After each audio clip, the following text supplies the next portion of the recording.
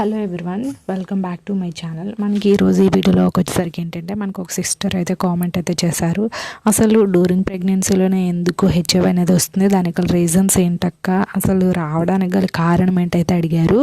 So ఇప్పుడైతే చెప్తా, చివరి వరకు అయితే చూడండి. మీకు ఎలాంటి డౌట్స్ ఉన్నా సరే ప్రెగ్నెన్సీలో ఖచ్చితంగా కామెంట్ అనేది చేయండి. సో నేను వీడియోస్ అనేది చేస్తాను, లేకపోతే వెంటనే మీకు రిప్లై అనేది ఇస్తాను.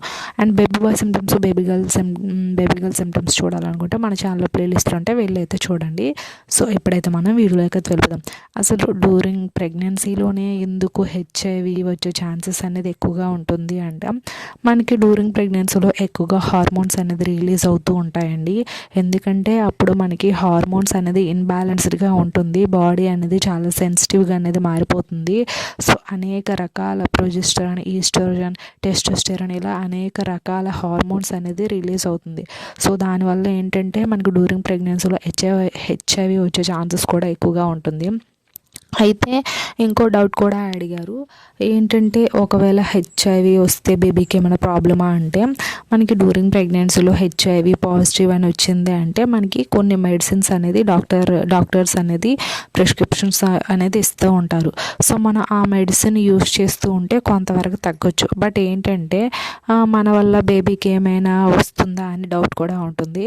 సో మన వాడే దుస్తులు కానీ మనం తినే ఆహార పదార్థాలు కానీ మనం ఏదైనా చేసినా కానీ బేబీకి అయితే ఎఫెక్ట్ అయితే ఉండదు. బట్ ఆఫ్టర్ డెలివరీ తర్వాత ఫీడింగ్ అనేది చేస్తాం కదా, డైరెక్ట్గా మనం ఫీడింగ్ చేసేటప్పుడు ఆ పాలు ద్వారా బేబీకి వెళ్ళే ఛాన్సెస్ అనేది హై ఛాన్సెస్ అనేది ఎక్కువగా ఉంది.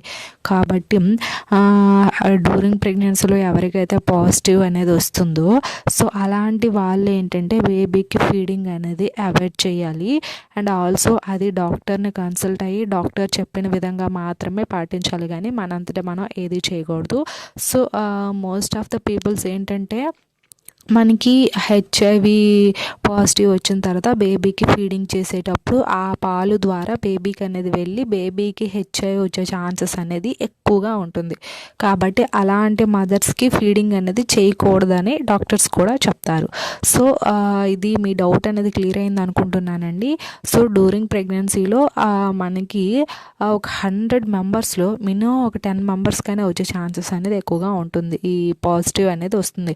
అందుకే మనకి 7th మంత్ లేదా 4th మంత్ లేదా ప్రెగ్నెన్సీ ఎండింగ్లో ఇలా 1 or 2 టైమ్స్ అయినా సరే మనకి హెచ్ఐవి టెస్ట్ అనేది చేస్తారు.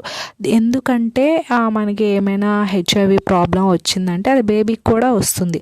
సో మీతో పాటు బేబీకి కూడా ఎఫెక్టే ఉంటుంది కాబట్టి అది ఖచ్చితంగా చేస్తారు.